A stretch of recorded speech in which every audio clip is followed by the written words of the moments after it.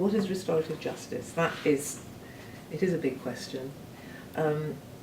It's really, I suppose, it's a way of responding to conflict or any offending or inappropriate behaviour that puts at the core of it, it puts the repair of the harm done, either to the person or to the relationship, over and above the need to punish somebody. And so, if you like, it's a mind shift, it's a philosophical shift from a more punitive model where you want to know who did it and who's to blame and who's going to get punished. And in that system, you don't have, really the victim's not part of that process. So the restorative process, the restorative philosophy, generally, is about putting the victim into that equation.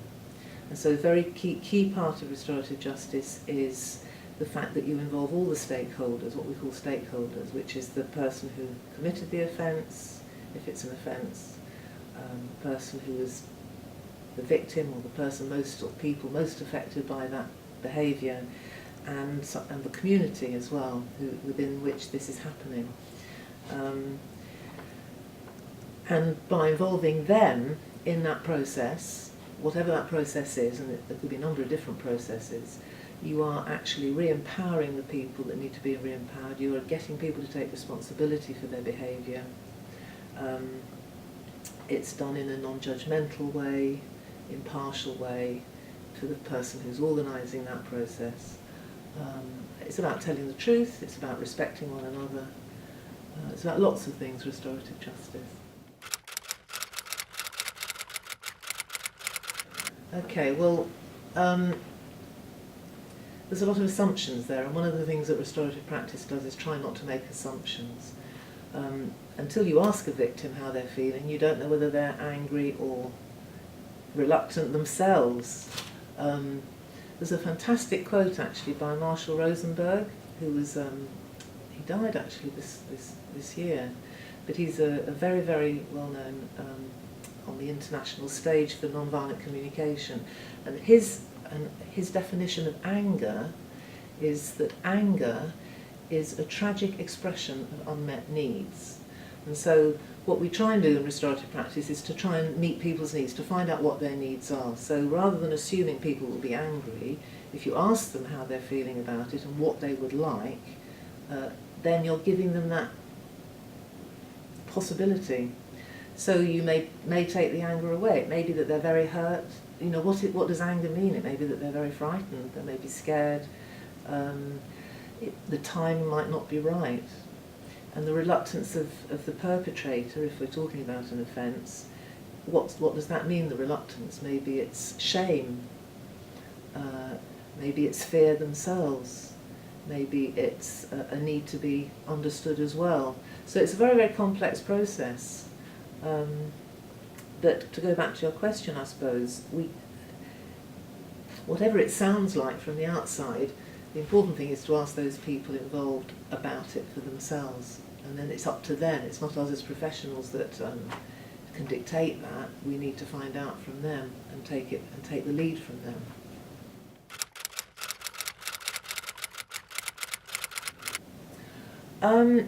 No, I don't think it's ever going to be a complete substitute for imprisonment, no. I think there'll always be a need for some people to be imprisoned for their own safety or for the safety of the general public.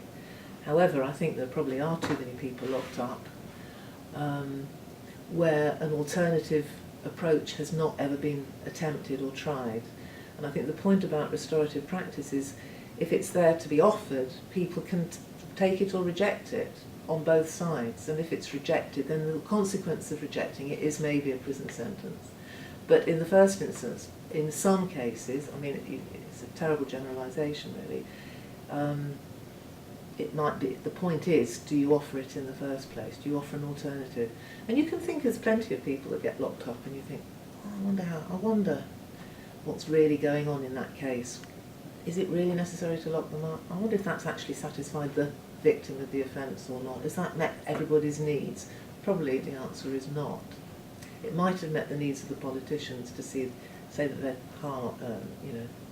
strong on crime, it might have met societal needs, perceived needs, we need to be kept safe, but there might be other ways of doing that.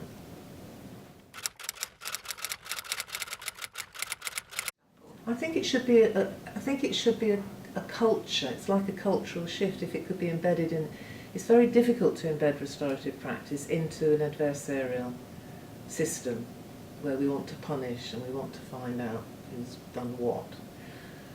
But I think there are already ways in the youth justice system. It's certainly much more integrated into the legal system, and it's being pushed now. The government wants to put it into the adult service much more, but it needs a lot of money, it needs a lot of time, a lot of resource to do it, to embed it into a culture. And then it's not to say that it will ever completely replace prisons, but it will hugely enhance what's on offer at the moment, certainly for the victims of crime who get very little support.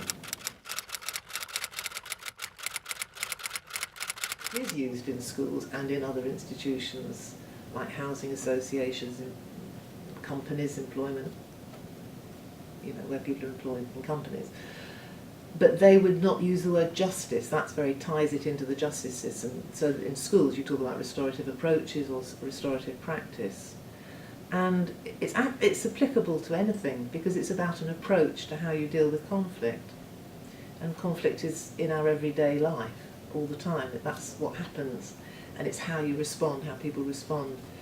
But in schools specifically, what all the evidence shows that it has to be embraced as a culture by the whole school. It can't just happen in 1 year, for example. It has to be embraced by the senior management. Everybody needs to be trained, not just teaching staff, non-teaching staff, caretaker, dinner ladies, classroom assistants. Everybody needs to be within that ethos, and then the school can talk about we work within a restorative ethos, and that can replace, and in some schools has replaced very successfully, the punitive model.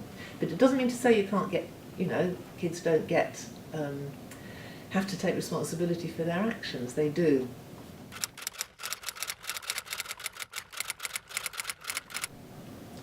Yes, I've never quite understood this soft touch thing, because punishment, if you like, you could say punishment's a soft touch. You put someone in prison having had a court case where they haven't even had to speak, where their solicitor's done all the talking, and there they are, they haven't had to face up to their responsibilities, they haven't had to meet the person they've offended against or people, and there they are with being institutionalised, with taking no responsibility. They can't even vote. And, there's a big hoo-ha about whether they should have the vote. In other words, they're not being responsible citizens. Whereas if you take a restorative approach, it is all about giving people that responsibility. I think it's an incredibly important part for everybody.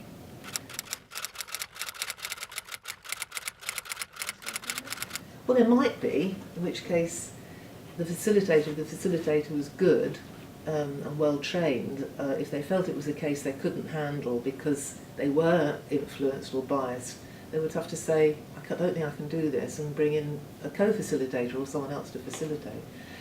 But, if you actually have taken on board the restorative philosophy, what you have to do is detach yourself from it, and what you're doing is facilitating an encounter between two people with whom there has been conflict. It's not my conflict, and I wasn't the one harmed. So I might think that the actual crime or the offence is pretty horrible. I'm entitled to that opinion as a facilitator, but my job in there is to help those people have a conversation about it.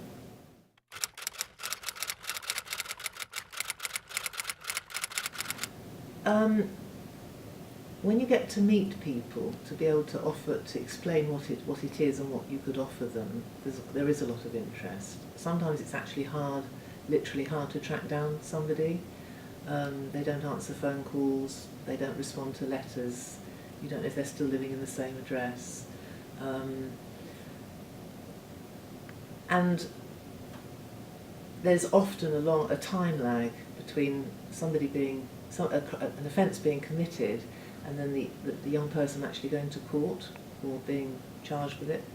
And so for some victims of crime, they might not want to get involved because it happened last year, and they've moved on all by themselves, and they're fine with it. And they're a bit almost cross that it's being resurrected. It's like opening an old wound. So, I mean, that's a structural thing. It's not, and that will vary around the country in terms of the speed of time it takes to get from arrest to sentence, really. And with young people, we would like that to be as quick as possible, because you need to know what the consequences of their actions are, let alone from the point of view of the victim.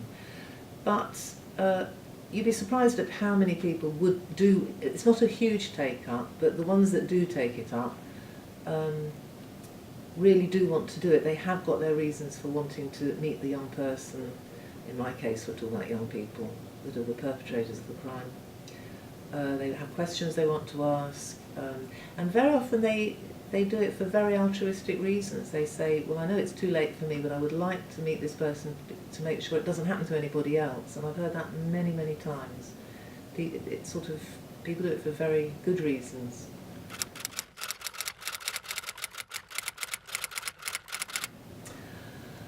Well, the purpose of the process is, if it's a face-to-face meeting, even if it isn't a face-to-face meeting, is to try and rebuild something that's been broken, which is really the harm that's been done. Try and repair the harm, try and rebuild the relationship in the broadest sense, because these people might not know each other, but they're still sort of in relation to one another, societally, if you like.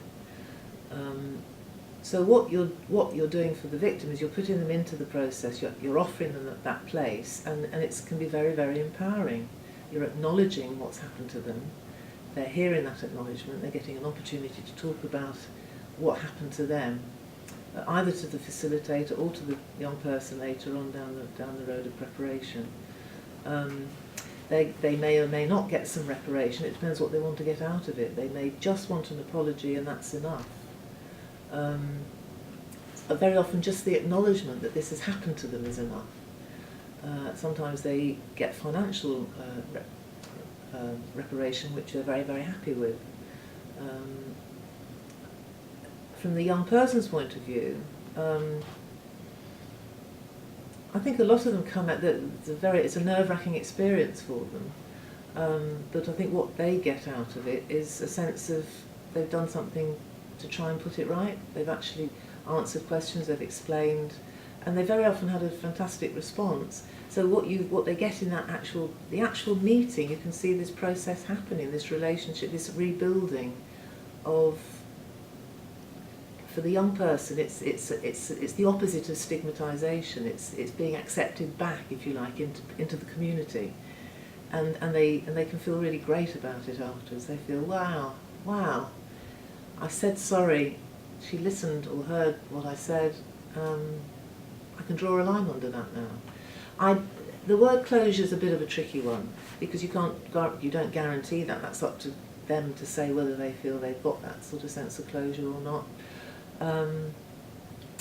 But you certainly, if you're running a conference, you're facilitating that sort of a meeting, you want everybody to go out feeling a lot better than when they came in to that room. And you know that if that's happened, it's been up to a point. Sometimes it doesn't go quite as far as you'd have liked it, but it's gone so far, and that's good enough, if you like. Sometimes it goes brilliantly, and you know that a lot of very happy people are walking out of the room.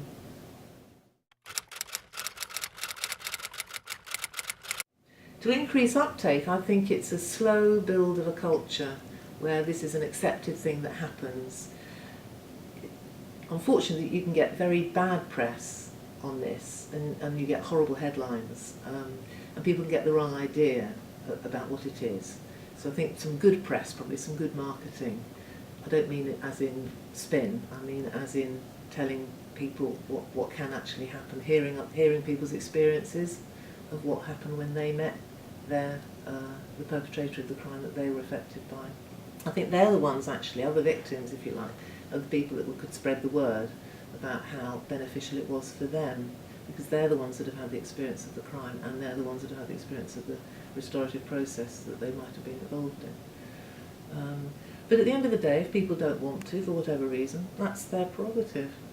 And it's not there. It's not a this expression. It's not a magic wand. It isn't a magic wand. It's an approach that we think is more is kinder to people all round, and is much more healing, much more restorative, as it's called, than other methods perhaps.